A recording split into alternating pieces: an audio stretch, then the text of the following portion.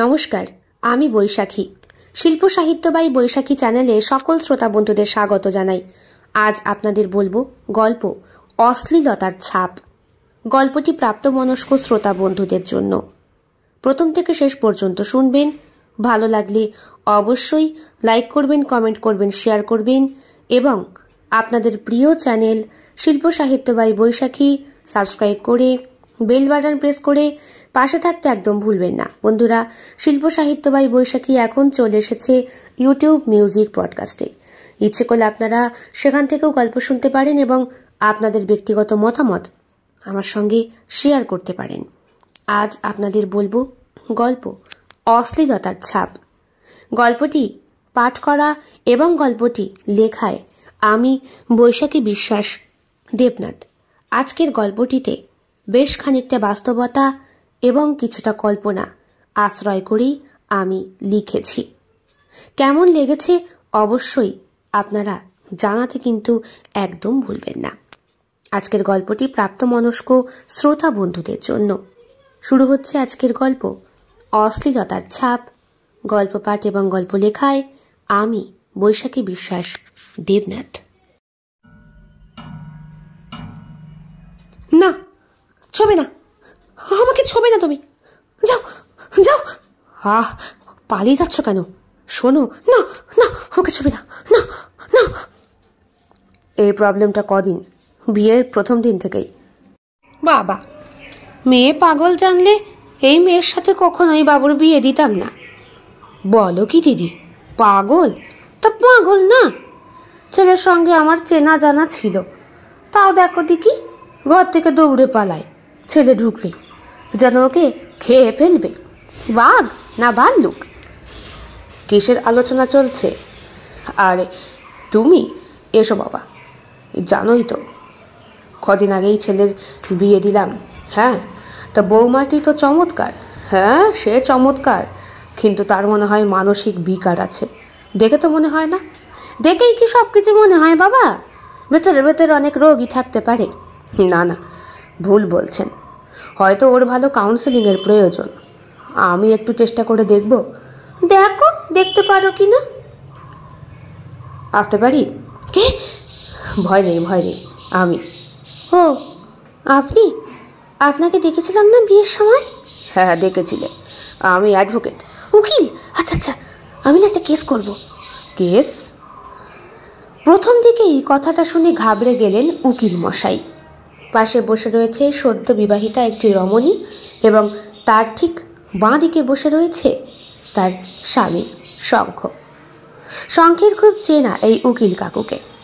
চোখের ইশারায় উকিল কাকু ওকে চুপ করতে বললে শঙ্খ ঘর থেকে বেরিয়ে যায়। আসলে বিয়ের পর থেকেই মেয়েটা কেমন যেন হয়ে গেছে।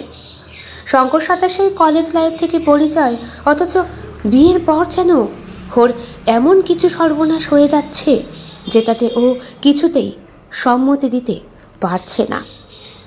তুমি আমাকে কিছু বলতে চাও? হ্যাঁ হ্যাঁ হ্যাঁ, আমি বলতে চেয়েছি এর আগেও, বাবাকে মাকে। শঙ্খকে বলতে পারিনি, ও কষ্ট পাবে তো। আপনাকে বলবো? বলো। তোমার বিয়ের কদিন হলো? অনেক দিন, অনেক দিন। আমার আমার তো মেয়েও আছে। তাহলে তাহলে এসব কথা কেন উঠছে? না না না না না, আমার মেয়ে নেই, মেয়ে নেই, আমার বিয়ে হয়নি, বিয়ে হয়নি। কোনো অসুবিধা হচ্ছে কি? অসুবিধে? হ্যাঁ, একটা কথা আছে। কি বলো? বলবো? বলো। অনেকক্ষণ কথাবার্তা শোনার পরে উকিলবাবু ডাকলেন শঙ্খকে। বললেন, কোনো প্রবলেমই না, ও স্বাভাবিক এবং সুস্থ, তবে তোমাকে ওকে মেনটেন করে চলতে হবে। ও আমায় যা বলল তার সামান্য কিছু তোমাকে আমি বলে রাখছি। হ্যাঁ, ওর হারিয়ে যাওয়া কিছু স্মৃতি ওকে বারবার জ্বালাতন করে। বিয়ের পরপরই যেই যন্ত্রণা তোমাকে ভুগতে হয়েছে, সেই যন্ত্রণা তোমাকে নতুন করে আবার পোয়াতে হচ্ছে ঠিক সেই একই কারণের জন্য। আর এইটা হওয়াটাই খুব স্বাভাবিক ছিল, যদিও আইনে এর কোনো বিচার নেই। রাস্তায় যেতে যেতে প্রত্যেক দিন একটা মানুষের সঙ্গে আমার দেখা হবেই। আসলে আমি যে রাস্তা দিয়ে পার হই সেই রাস্তাতেই আমার এক্স বয়ফ্রেন্ডের বাড়ি। বয়ফ্রেন্ড আদেও কি ছিল নাকি সবটাই আমার একতরফা জানি না, তবে ওই লোকটাকে দেখলে আর ওর বাড়িটাকে দেখলে আমার পা থেকে মাথা অবধি একটা অদ্ভুত জ্বলনের সৃষ্টি হয়।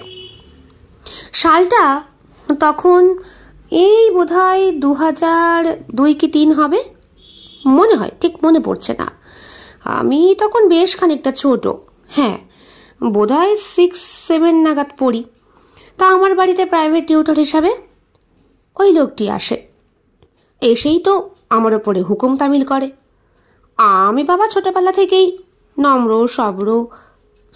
সভ্য আর ভদ্র, আবার বেশি কথা বলতে পছন্দ করি না, এখনও তাই।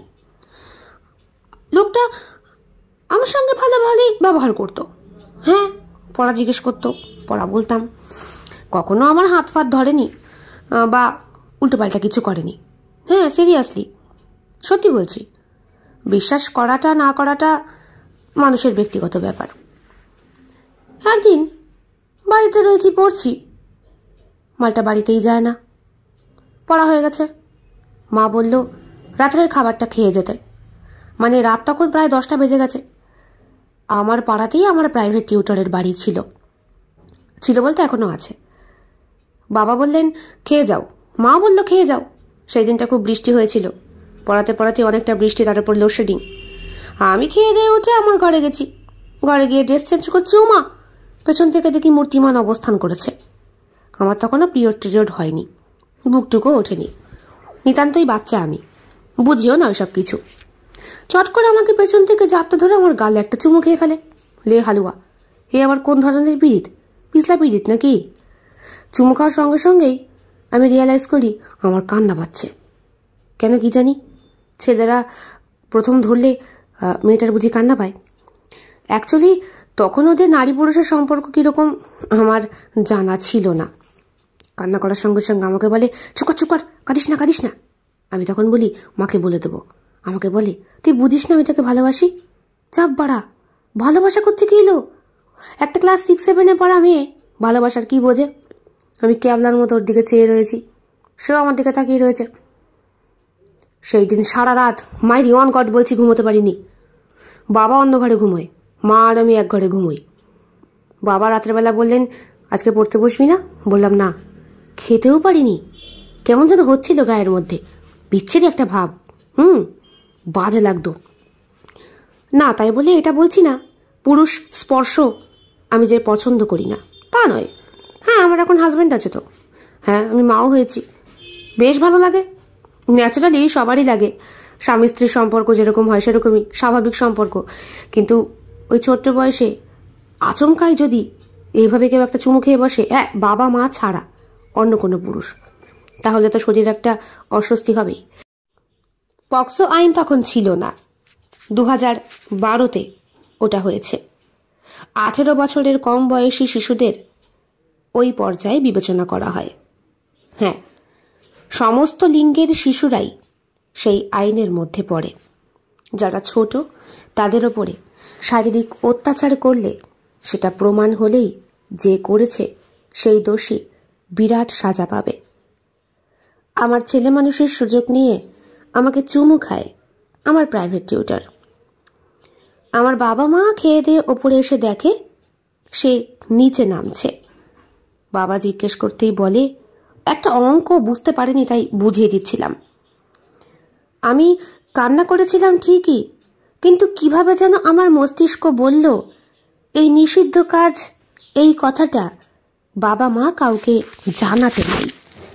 এই চুমু খাওয়ার ব্যাপারটা বেমালুম চেপে যেতে হবে। এটা বললে আমারই যেন সব থেকে বড় লজ্জা, যে চুমুটা খেয়েছে তার নয়।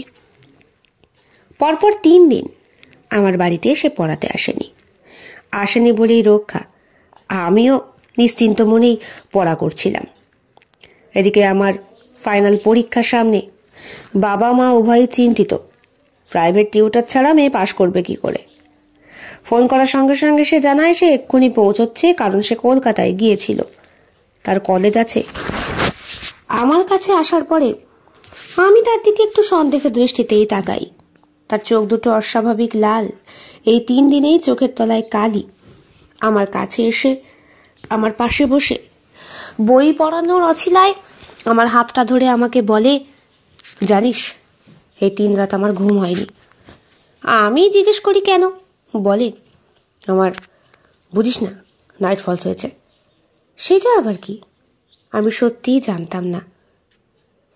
বললাম, জিজ্ঞেস করব মাকে? আমাকে তখন বলে, গালে একটা থাপ্পড় মারব। নাইট ফলস কি তুই বুঝিস না? আমি তখনও বুঝতাম না নাইট ফলস কি জিনিস। তারপরে একদিন হঠাৎ বাবা আর মায়ের বাড়ি না থাকার সুযোগে সে এসে হাজির। আমি গেট বন্ধ করতেই যাব, এমন সময় গেটের মধ্যে হাত দিয়ে বলে, দাঁড়া আমি ঢুকবো। আমার মন তখন সরল। হ্যাঁ, চুমোর ব্যাপারটা মনে ছিল, তবে অতিরিক্ত বাড়াবাড়ি আমার কল্পনাতেই ছিল না, কারণ শরীর মন এসব সম্পর্কে আমি তখনও ওয়াকিবহাল নই। বাড়িতে ঢুকে সে আমার ওপরে ঝাঁপিয়ে পড়ে, আমাকে চুমু খেতে শুরু করে।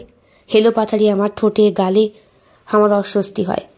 আমি এক ঝটকায় তাকে সরিয়ে দিই, কিন্তু সে আমাকে বারবার চেপে ধরে, বলে, আমি তোকে ভালোবাসি, বোঝার চেষ্টা কর, এটাও একটা ভালোবাসা। আমি তখন বলি, আমার বাবাকে তো দেখি না মাকে এভাবে ভালোবাসতে। হেসে দেয়, তোর বাবা তোর মার সামনে তোকে ওরকম করবে নাকি? হ্যাঁ, আর ওটা না করলে তুই এলি কোত্থেকে? প্রশ্নগুলো এইবার আমার মাথায় কাজ করে। এইভাবে কি কখনো সন্তান হয় নাকি? না, আমার মা বাবা ঠাকুরের কাছে বসে আমাকে চেয়েছে, আর ঠাকুর আশীর্বাদ করেছে। ঠাকুরের পায়ের তলায় আমি বসেছিলাম। ঠাকুর যখন বুঝলো আমার বাবা মা আমাকে চাইছে, তখন আশীর্বাদের মাধ্যমে আমার বাবা মার কোলে আমাকে দিয়ে দিল। আমার এই সরল প্রশ্নের উত্তরটা শুনে প্রাইভেট টিউটর অট্টহাস্য করে, কারণ সে তার কার্য সিদ্ধি করতে কোনো মতেই সাহস পাচ্ছে না। আমার দিক থেকে কোনো রকম সাড়া আসছে না। রক্তারক্তি একটা কাণ্ড ঘটে গেলে ওকেই তো চেপে ধরা হবে, কারণ এই পুরো পাঁচিল দিয়ে ঘেরা বাড়িটায় আর আমার প্রিয় টমি এই লোকটাকে ছাড়া আর অন্য কাউকে দেখলেই সজোরে চিৎকার করে। গত 1 বছর ধরে আমার বাড়িতে যাতায়াত করছে এই লোকটি। টমি তাই চিনে গেছে ওকে। পাড়া প্রতিবেশীরাও জানে টমি আমার বাবা মা, আমি আর এই লোকটাকে বেশি চেনে। পাড়া প্রতিবেশীকে চেনে না তা নয়, তবে এই লোকটা বাড়ি ঢুকলে ও চেঁচায় না। অন্য যে কোনো কেউ বাড়িতে আসলে ও চিৎকার এতটাই করে যে পাশের বাড়ির মতি কাকা চিৎকার করে বলতে বাধ্য হয়, ওরে টমি চুপ কর, তোদের আত্মীয় এসেছে, কেন চিল্লিয়ে চিল্লিয়ে বেচারাকে ভয় দেখাচ্ছিস বাবা? টমি মতি কাকাকে খুব ভালো চেনে আর পছন্দও করে। লেজ নেড়ে কুই কুই করতে করতে টমি তখন ওর ঘরে গিয়ে বসে পড়ে। টমি একটা ছেলে কুকুর, আমার খুব পছন্দের। আমি যখন ক্লাস 4-এ পড়ি তখন বাবা ওকে এনে দিয়েছিল। নিতান্তই ছোট্ট ছিল, এখন পোষ মেনে বেশ ডাঁটও হয়েছে। রাস্তা দিয়ে যখন ওকে আমি শেকল পরিয়ে নিয়ে যাই, পাড়ার নেড়িকুত্তাগুলো হাঁ করে চেয়ে চেয়ে দেখে। আমি বুঝতে পারি টমিরও বেশ আনন্দ হচ্ছে, হয়তো বন্ধুত্ব করতে চায়। কিন্তু কুকুরেরও যে শরীর বলে একটা বস্তু থাকে, এইটা তো তখনও আমি জানতাম না। আমার ওপরে ওইভাবে টেনে আসতে দেখে টমি প্রথমটা চুপ করে থাকলেও পরে কেমন যেন খিঁচিয়ে ওঠে, আর রাগের চোটে দরজার পাশে দাঁড়িয়ে মুখ থেকে অদ্ভুত শব্দ বার করতে থাকে, গড় গড় করে। এই শব্দটা টমি তখনই করে যখন ওর খুব রাগ হয় কোনো অপরিচিত ব্যক্তিকে দেখে। আমার মাস্টার বললেন, যা তোর ঘরে যা। আরে তোর দিদিকে তো পড়াচ্ছি, যা। টমি কিন্তু সরে না।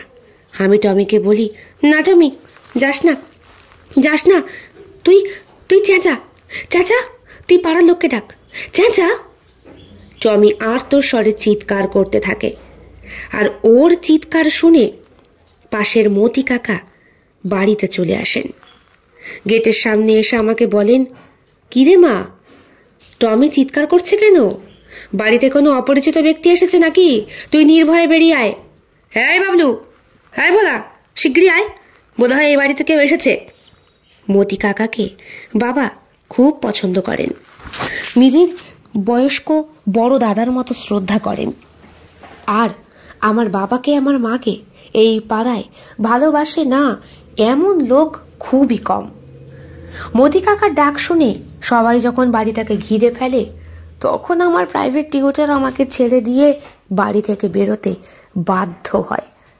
তবে তার চোখে ছিল একটা অদ্ভুত হিংস্রতা, যেন মনে হচ্ছে কাঙ্ক্ষিত কোনো বস্তুকে চোখের সামনে পেয়েও ভোগ লালসা পূরণ করতে না পেরে সে প্রচণ্ড পরিমাণে ক্ষুব্ধ আমার ওপরে, শুধু কি তাই, টমির ওপরেও। আমি বেঁচে যাই সেই যাত্রায়। বাবা মা বাড়ি আসার পরে তাদেরকে মতি কাকাই সব কথাটা খুলে বললে বাবা মা উভয়েই সতর্ক হয়ে যান এবং পড়াটা ছাড়িয়ে দেন ওই ছেলেটার কাছ থেকে। যদিও তারপরে সে আমার বাড়ি মুখ আর কোনো দিন হয়নি, কোনো দিন না। টমিও দেখতে দেখতে অনেকগুলো বছর পরে আমাকে ছেড়ে চলে যায়। এখন আমি আমার স্বামী সন্তানকে নিয়েই রয়েছি, ভালো রয়েছি। তবে জীবনের কিছু তিক্ত অভিজ্ঞতা মানুষকে সারা জীবন তাড়া করে বেড়ায়। আমারটাও তার থেকে কোনো অংশে কম না। কিন্তু আপনার এই সব কথার সাথে কেসের সম্পর্কটা আছে, সবটাই আছে। আর একটু শুনুন, আপনি কেস করতে চান সেই ব্যক্তির নামে তো, যে ছোটবেলায় আপনাকে চুম্বন করেছিল, কাজ করেছিল? শুধু চুম্বন নয় স্যার, আমার বুকে হাত দিয়েছিল, আমার গোপন অঙ্গে হাত দিয়েছিল, আমার নিতম্বেও হাত দিয়েছিল।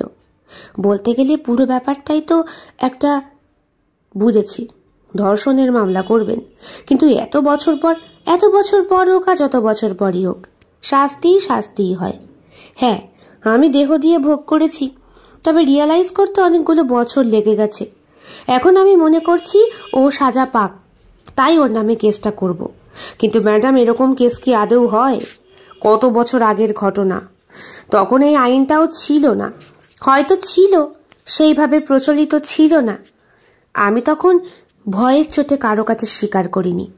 কিন্তু এখন আমার হাজবেন্ড, আমার সন্তান, সবার সামনে অকপটে আমি স্বীকার করি, হ্যাঁ আমি ধর্ষিত হয়েছি। হ্যাঁ, বুকে হাত দেওয়া, পেটে হাত দেওয়া, অজান্তে অনিচ্ছায় আমার নিতম্বে, আমার গোপন অঙ্গে হাত দেওয়া, সবটাই তো একটা অত্যাচারের মধ্যেই পড়ে। আমার মতো কত আছে কারোর সামনে স্বীকার করতে পারে না। হ্যাঁ, আমি এখন আমার ফ্যামিলির সাপোর্ট পেয়ে তার নামে কেস করব। কিন্তু এত বছর পরে আপনি কেসটা কেন করতে চান, আমি তো সেটাই বুঝতে পারছি না। কেন স্যার, আমার এই কেসটা কি কোনো মতে করা যাবে না? সেই মুহূর্তে আপনি তার নামে কোনো কেস করেননি। হ্যাঁ, আমি মানছি এরকম বহু কেস হয়। এরকম অনেক বাচ্চা আছে ছোটবেলায় যারা সব কিছু হজম করে নেয়, যাদের কথা বিশ্বাস করা হয় না, মানা হয় না, যাদেরকে বেশি শাস্তি দেওয়া হয়, বলা হয় তাদেরই দোষ। কিন্তু দোষটা আদৌ তাদের হয় না, হয় বয়স্ক কোনো ব্যক্তির।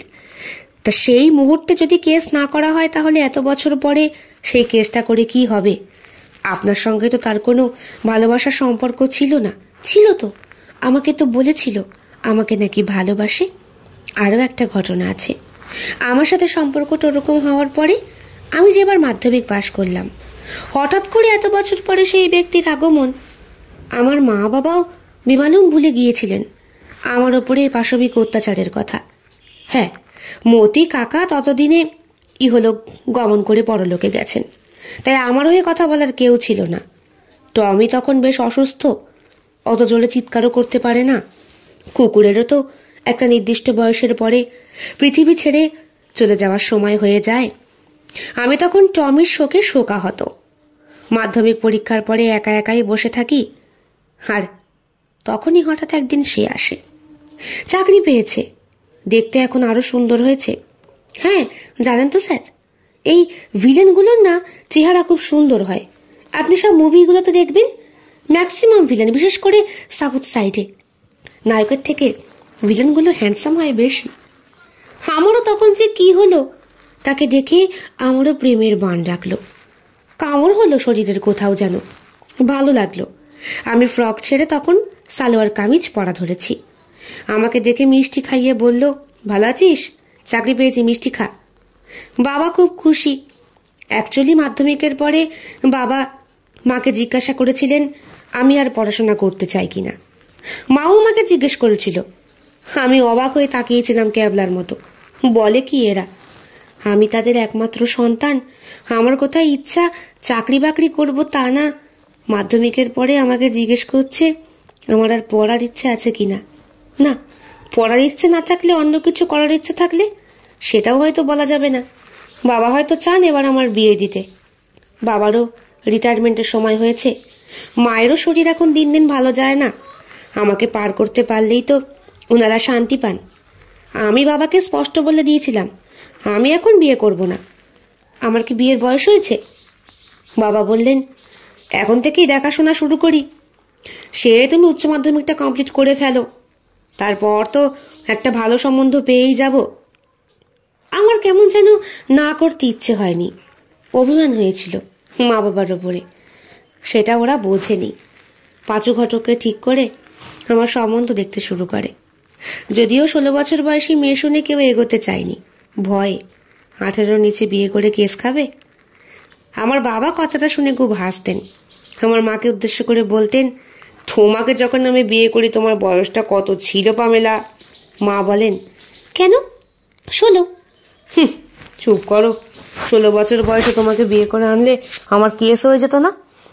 সে তো তোমারও বয়স তখন 28 ছিল না, 30 ছিল। আমার মতো একটা কচি মেয়েকে বিয়ে করেছিলে। আমি খাবার টেবিলে বসে একদিন কথাগুলো শুনেছিলাম। নেহাত হাসির ছলে ওরা কথা বলছিল। এই কথার মধ্যে কোনো সিরিয়াস ভাব না থাকলেও আমার ভেতরে কোথাও যেন দাগ কেটে গিয়েছিল। স্বামী বয়সে বড় হতে হয়, তাহলেই নাকি সম্ভ্রম জাগে, ভালোবাসাও জাগে। এই যে আমার বাবা মাকে দেখছি, আমার মা কত ছোট আর বাবা কত বড়, অথচ কত সুন্দর বন্ডিং। সেই দিন আমার মাস্টার এসে আমার সাথে অনেকক্ষণ গল্প করে, যেই গল্পের কোনো বাপ মা ছিল না। মাধ্যমিকের পর কি করব, কোন লাইনে পড়াশোনা করব, কলকাতায় অনেক ভালো ভালো স্কুল আছে, কলেজ আছে, অনেক রকমের সাবজেক্ট আছে, যেটা নাকি এইখানে নেই। আমার বাবাকেও পটানোর চেষ্টা করলো। বাবা এক কথায় বললেন, না না, তা হয় না, এখন আমি ওর সম্বন্ধ দেখছি, ওর বিয়ে দিয়ে দেব। শুনে তো সে একেবারে হাতে যাকে বলে কি বলবো জ্যাকপট পেয়ে গেল। তারপরে আমার বাড়িতে আবার অবাধ যাতায়াত। মাধ্যমিকের পরে বেশ কয়েক মাস ছুটি ছিল। বাবা মার পারমিশন নিয়ে আমি চলে গেলাম বাঁকুড়া আমার জেঠুর বাড়ি বেড়াতে। ছোট্টবেলায় একবার গিয়েছিলাম, তখন আমার বয়স 2 কি 3 হবে। কোনো স্মৃতিই মনে নেই। জেঠু বারবার ফোন করে আর বলে আমায় যেতে। মাধ্যমিকের পর তো একটা সুবর্ণ সুযোগ ঘুরতে যাওয়ার। বাবাকে বলার সঙ্গে সঙ্গেই ব্যাগ বান্ডেল গুছিয়ে দিল মা। আমিও চলে গেলাম। ঠিক করলাম দিন 15 থেকে আসব। বাবা অবশ্য জেঠুকে বলে এলেন মেয়ের জন্য সম্বন্ধ দেখতে। যদি এইখানেই ভালো পাত্র পাওয়া যায় তাহলে মেয়েকে এখানেই ভালোই হবে, জেঠুও পাশে থাকবে, মেয়ে টর্চার হওয়ার কোনো ভয় থাকবে না। কি জানি বাবা, পড়াশোনা না করিয়ে আবার টর্চার না হওয়ার ভয়। আমার কাছে ব্যাপারটা ভাবতে গেলেও এখন হাসি পায়। গন্ধ শুকতে শুকতে সেও চলে গেল বাঁকুড়া। হ্যাঁ, কোইন্সিডেন্টলি তারও মামার বাড়ি সেইখানে। খুব একটা কাছে নয়, তবুও জায়গাটা তো এক। রাত 3টের সময় আমাকে একদিন ফোন করলো সে। আমার পাশে তখন আমার বড় মামি ঘুমিয়ে রয়েছে। এই মামি মামা আমার সঙ্গে দেখা করতে এসেছে। ওনাদের বাড়ি বর্ধমানের কাছাকাছি। কতদিন পর তুই এলি আর আমার বাড়িতে গেলি না, উপরন্তু আমাকেই আসতে হলো। তা কি হয়েছে? ভালোই হয়েছে, কতদিন পর আমার বাড়িতে আপনার পদধূলি পড়ল। সেই যে বিয়ের সময় গিয়েছিলেন সে ঘরের। হ্যাঁ, যা বলেছেন। সবাই মিলে গল্পগুজব করলো। বড় মামি আমায় জানালো ওরা পরের দিনই চলে যাবে। আমি যাতে বাড়ি ফেরার আগে কয়েকদিন বর্ধমান কাটিয়ে আসি। আমিও হ্যাঁ বললাম। রাত 3টের সময় ফোন এসছে। আমার বড় মামির কানেই প্রথম যায়। মামি আমার কানের কাছে মুখ এনে বলে, ফোনটা ধর, এত রাতে তোকে আবার কে ফোন করলো? আমি তখন গভীর ঘুমে আচ্ছন্ন। ফোন পেয়ে লাফিয়ে উঠেছি। ভাবলাম বাবা মা শরীর খারাপ করলো না তো। মাধ্যমিক দেওয়ার পরপরই বাবা আমাকে এই ছোট্ট ফোনটা কিনে দিয়েছিল। ফোন রিসিভ করার পর ফোনের ওপার থেকে ভেসে এলো পরিচিত সেই ব্যক্তির গলা। আমায় বলে, বাইরে আয়, তোর জন্য দাঁড়িয়ে রয়েছি আমি। এত ভোরে আমি তোমার কাছে কি করব? আয় বলছি, না হলে কিন্তু গেট খুলে ঘরে ঢুকবো। আমার ভয় হলো। দেখলাম মামি তখন অঘরে ঘুমোচ্ছে। দরজাটা খুলে বেরোতে যাব, দেখি বারান্দায় তালা দেওয়া। আমার এই জেঠুমনির বাড়িটা অনেকটা বড়, দোতলা বাড়ি। বাড়ির সামনে বিরাট বড় খোলা বারান্দা, গ্রিল দিয়ে আটকানো। কলাপসেবল গেট আছে, কাঠের দরজা আছে। বাড়িটা পাঁচিল দিয়ে ঘেরা। গেটের বাইরে একটা মোটরসাইকেল দাঁড়িয়ে। ভোর তখন 3টে বাজে। এই সময় এই লোকটা পাগলের মতো কি বলে। আমি গেট খুলব কি করে? আমার কাছে চাবি কোথায়? পাল্টা ফোন করে বলার সঙ্গে সঙ্গেই সে আমায় বলে, আমি কিচ্ছু জানি না, তুই আসবি কি না বল। আচ্ছা পাগল লোক তো, তুমি কেন আমার পেছনে পেছনে এসেছো? তোমার কি আমার পেছনে লাগতে ভাল লাগে? সামনে তো আর লাগতে পারবো না, তাই পেছনেই লাগি। এসব কি সে কথা বলো না, আমার মাথায় ঢোকে না। তোর এই কি সে কথা পরে বলবো, তুই আমার সঙ্গে দেখা কর। বললাম তো গেট বন্ধ, কালকে সকালে এসো। বলে আমি ঘরে গিয়ে মোবাইলটা অফ করে শুয়ে পড়ি। ঘুম ভাঙে পরের দিন 8:30টার সময়। বড় মামি তখন তৈরি, ওরা বেরিয়ে যাবে। আমাকে বলল, শোন, সাবধানে থাকবি, আর কথাটা যেন কানে মনে থাকে। এইখান থেকে বাড়ি ফেরার আগে আমার বাড়িতে গিয়ে অবশ্যই 7 দিন থেকে আসবি। ঠিক আছে? আরে হ্যাঁ, যাবেক্ষণ। এই তো এলো সবে মাত্র 3 দিন, তার মধ্যেই আর বলবেন না, ওকে যে বড্ড বেশি ভালোবাসি। তার উপরে হ্যাঁ হ্যাঁ জানি জানি, আপনার ছেলের জুড়ি তো একই বয়সী। ও বুঝি বোনকে খুব ভালোবাসে? ভীষণ ভালোবাসে। ওর তো একটা বোনের খুব শখ ছিল, কিন্তু আমার কপালটাই দেখুন, আমার ক্ষমতা নেই আর সন্তান জন্ম দেওয়ার, তাই তো ওকে মেয়ের মতোই দেখি। সেই বড় মামা বড় মামি এখন অনেক বদলে গেছে। এখন আমি ফোন করলেও আমায় পাত্তা দেয় না, কথাই বলে না। সময় পরিস্থিতি মানুষকে সব কিছু শিখিয়ে দেয়। সেই দিনের পর থেকে আমি আর তার ফোনটা রিসিভ করিনি। বিরাট রাগ হতো, গাঁ পিত্তি জ্বলতো রাগের চোটে। কিন্তু ওই যে নাছর বান্দা লোকটা আমার পেছন ছাড়ে না। একদিন পটিয়ে পাঠিয়ে মামার বাড়িতে এসে হাজির, নিজের পরিচয় দিয়ে বসলো। ততদিনে আমি আমার জেঠুমনির বাড়ি থেকে বেরিয়ে বড় মামার বাড়িতে এসেছি। এই বড় মামা বড় মামি যখন স্টেশনে গিয়েছিল তখনই এই মালটা গিয়ে আলাপ করেছে। এমনকি আমার বড় মামিকে এও বলেছে ওনাকে আমায় ভালোবাসে, আর আমার সঙ্গে ও একটু সময় কাটাতে চায়। বড় মামি তো আগেই জানতেন বাবা আমার জন্য সম্বন্ধ দেখছে, তাই বড় মামি সেই সুযোগটা করে রেখেছিলেন। তার উপরে আমার বড়দা বিপুল, সে তো বিরাট হ্যাপি। কলেজ পাশ করেছে, একটা মেয়ের সঙ্গে লাইনও মারে। আমাকে খুব খ্যাপায় আমার কোনো প্রেমিক নেই বলে, কিন্তু আমি ওকে বোঝাই এই প্রেম জিনিসটা আমার ভালো লাগে না। বলে, এখনকার মেয়ে হয়ে এসব আলবাল বকিস না, পাবলিক কেলাবে। হ্যাঁ, আমার বড়দার সঙ্গে আমার সম্পর্কটা এরকমই খোলামেলা। আমরা 2 ভাই বোন চুটিয়ে গল্প করি, তাই বলে সেক্স করি না। ওইটা যে ভাববে তার মাথায় ঝাঁটার বাড়ি মারতে হবে। বড়দা বেরিয়ে যাওয়ার পরে তার আগমন ঘটল। হ্যাঁ, আমি সেই দিনই সবে মাত্র পা রেখেছি। বড় মামির দিকে জিজ্ঞাসা দৃষ্টিতে তাকাতেই বড় মামি বলে, তোকে নাকি ও ভালোবাসে? কিরে, আমায় তো বলিসনি? তোর পেটে পেটে এত, তোকে নাকি ভালোবেসে চকের দুর্গা ঠাকুর বানিয়ে দিয়েছে। কই আমায় দেখাসনি তো? আমি বললাম, চকের দুর্গা? মনে পড়ল, হ্যাঁ, আজ থেকে অনেক বছর আগে, সেই যে ক্লাস 6-7-এ পড়ার সময়। হ্যাঁ, 1 বছর পরিয়ে আমাকে একটা চকের দুর্গা ঠাকুর গিফট করেছিল। তবে আমি রাগ করে সেই চকের দুর্গা ঠাকুর ফেরত দিয়ে দিয়েছি। হ্যাঁ, আমার কাছে তো এখন ওসব আর নেই। বলতে গিয়েও কথাটা হজম করে ফেললাম, হাসলাম। আমাকে বলল, যা ওকে ঘরে নিয়ে যা, দেখ ও তোকে কিছু একটা বলবে। একই আমি আমার পোষা কুকুরটাকে বাড়িতে রেখে এসেছি, আর রেখে এসেছি বলেই সবসময় একটা আনসিকিউরিটি ফিল করি আমি। যদিও এইখানে আমার কোনো ভয় নেই। হ্যাঁ, শরীর সম্পর্কে একটু একটু সচেতনতা আমার এসেছে। এখন বুঝি নারী পুরুষের সম্পর্কটা এক্স্যাক্টলি কি।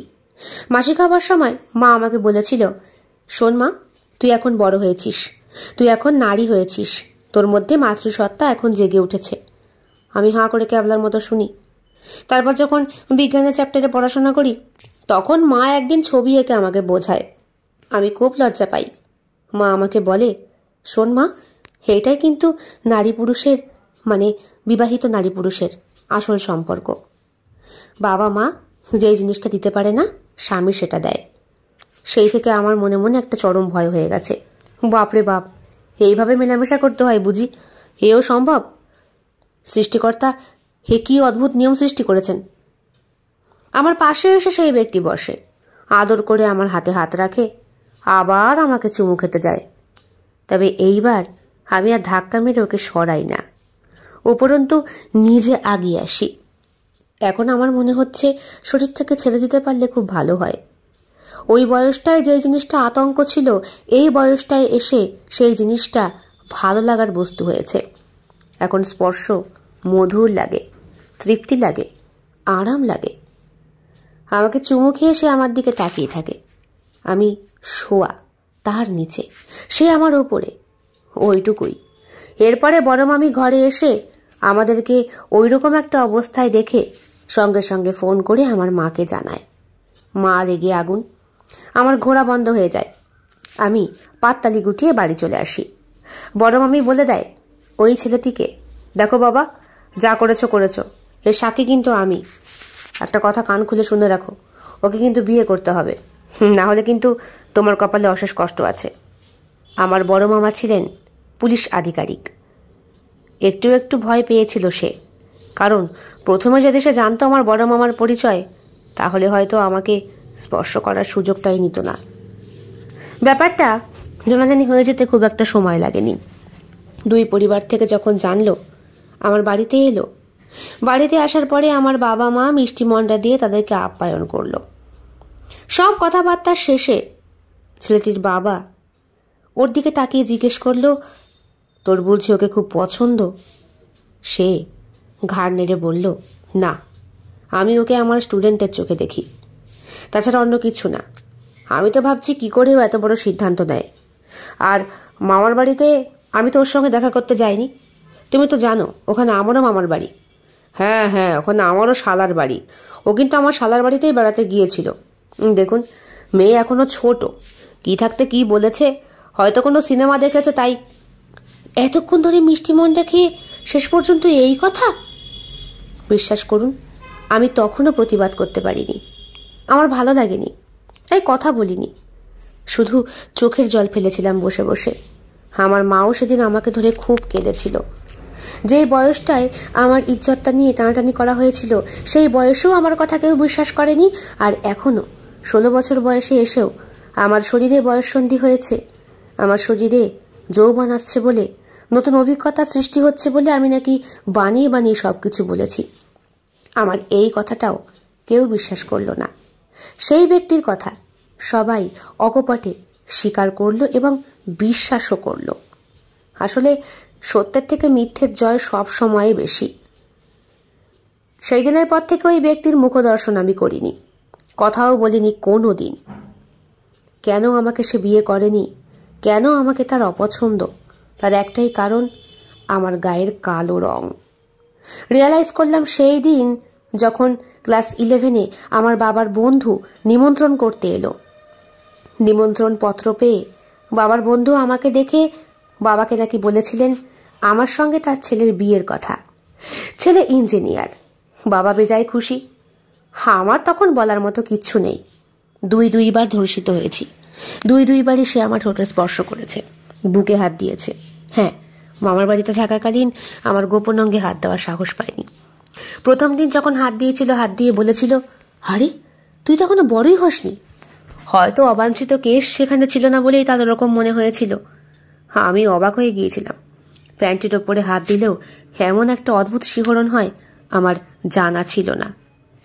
দ্বিতীয়বার সে ওইখানে হাত দেওয়ার সাহসটা করে উঠতে পারেনি, কারণ একটা মাধ্যমিক পাশ করা মেয়ের অবশ্যই মাসিক হয়েছে, এইটা একটা স্বাভাবিক নিয়ম, প্রকৃতিগত।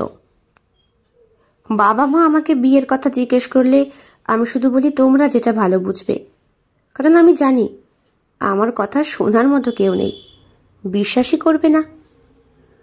সেই ছেলেটি পুরোপুরি বলে দেয় আমাকে তার পছন্দ, কিন্তু আমার গায়ের রং তার একেবারেই পছন্দ না। আমি কালো, সে টুকটুকি ফর্সা। সে ইঞ্জিনিয়ার, বন্ধু মহলে আমার পরিচয়টা সে কি করে দেবে?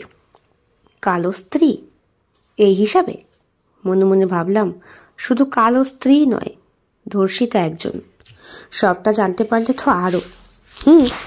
ধর্ষিতা মানে এই নয় যে তার সর্বাঙ্গ সে শুষে নিয়েছে। ধর্ষিতা তার অনিচ্ছাকৃত চুমুতেও হতে পারে। তাকে না জিজ্ঞেস করে, তার পারমিশন ছাড়া তার দেহের যে কোনো জায়গায় হাত দিলেও হতে পারে। হ্যাঁ, আমি তো তাই স্বীকার করছি। একটা পুরুষের কাছে আমি দুইবার ধর্ষিত হয়েছি। দুইবারই চোখের জল ফেলেছি সবার আড়ালে, কারণ আমার কথা বিশ্বাস করার মতো কেউ ছিল না, কেউ না। তৃতীয়বারের বার নিজেকে ধর্ষিত হওয়ার আগে মাথায় একটা জিদ চেপে গেল। হই আমি এইরকম, তাতে কি হয়েছে? আমি বুঝি মানুষ না? আমাকে ভালোবাসার মতো কেউ বুঝি এই পৃথিবীতে জন্মায়নি? আমার ভাবনা চিন্তায় সেই দিন একটা ছেদ পড়ল, যেই দিন আমার প্রিয় মানুষটা আমাকে তার মনের কথা বলল। কলেজে পড়ার সময় আমার সাথে শঙ্কদ্বীপের দেখা। শঙ্কদ্বীপই আমাকে প্রপোজ করেছিল প্রথম, আমি কিন্তু না। আমি আমার গায়ের দিকে তাকিয়েছিলাম। হ্যাঁ, কুর্নিশ করা কালো, টুকটুকে কালো, যেই কালোকে অন্ধকারে দাঁড় করিয়ে রাখলে কেউ দেখতে পারবে না। হ্যাঁ, আমি এমনই। তবুও শঙ্কদ্বীপ সেই দিন আমাকে ভালোবেসেছে, ভালোবাসার প্রতিশ্রুতি দিয়েছে। অনেকগুলো বছর পর আমরা জীবনে সাকসেসফুল হয়ে তারপর বিয়ে করেছি, আমাদের সন্তানও আছে। সব মিলিয়ে এখন আমি বেশ হ্যাপি। আমাদের মধ্যে খুব স্বাভাবিক স্বামী স্ত্রীর সম্পর্ক, বন্ডিংটাও যথেষ্ট সুন্দর। মেয়েকে স্কুলে নিয়ে যাওয়ার সময় হঠাৎ করে আমার প্রাক্তন এক্স বয়ফ্রেন্ডকে দেখে মাথাটা না গরম হওয়ার কারণটা এবার আমি সকলের কাছেই জানতে চাই। দুবার নিজের শরীরটা বিকিয়ে দিয়েও নিজে সবার কাছে হেয় হয়ে এতগুলো বছর পরেও যেন সেই মানুষটাকে দেখলে স্মৃতি কিছুতেই মলিন হয় না। দাঁত কেলিয়ে সে আবার আমার সামনের দিকে এগিয়ে আসে, আমার হাজব্যান্ডের সাথে কথা বলতে চায়, আমার সাথে কথা বলতে চায়। ওই তো পাড়ার মোড়ের দোকানটায় মাঝে মধ্যে ওই লোকটার সঙ্গে আমার দেখা হয়। আমি মুখটা ঘুরিয়ে নিই, কারণ ওই লোকের মুখ দেখাটাও পাপ। ধর্ষিত একটা ব্যক্তি ফাড়ায় কি সুন্দর ঘুরে বেড়াচ্ছে। যদিও ভগবান আমার কথা শুনেছে, আমার চোখের জল বিফলে যায়নি। আমি শুধু একাই ও লালসার শিকার নই, ও নিজেরই একটা ক্লাস ফ্রেন্ড, তার সঙ্গেও ও একই অবৈধতার কাজ করেছে। হ্যাঁ, ওই ক্লাস ফ্রেন্ডের গর্ভে রেখে গিয়েছিল হোল ঔরস। ফলশ্রুতি মেয়েটা গর্ভবতী, আর তারপরে তার সুইসাইড করা, আর সুইসাইড করার আগে একটা নোটস লিখে যাওয়া। সেই নোটসের পরিপ্রেক্ষিতেই পুলিশি গ্রেপ্তার, আর অনেক বছর জেল কাটার পরে এখনও তাকে হাজিরা মারতে হয়। ভালো তো, আমি তো ওটাই চেয়েছিলাম।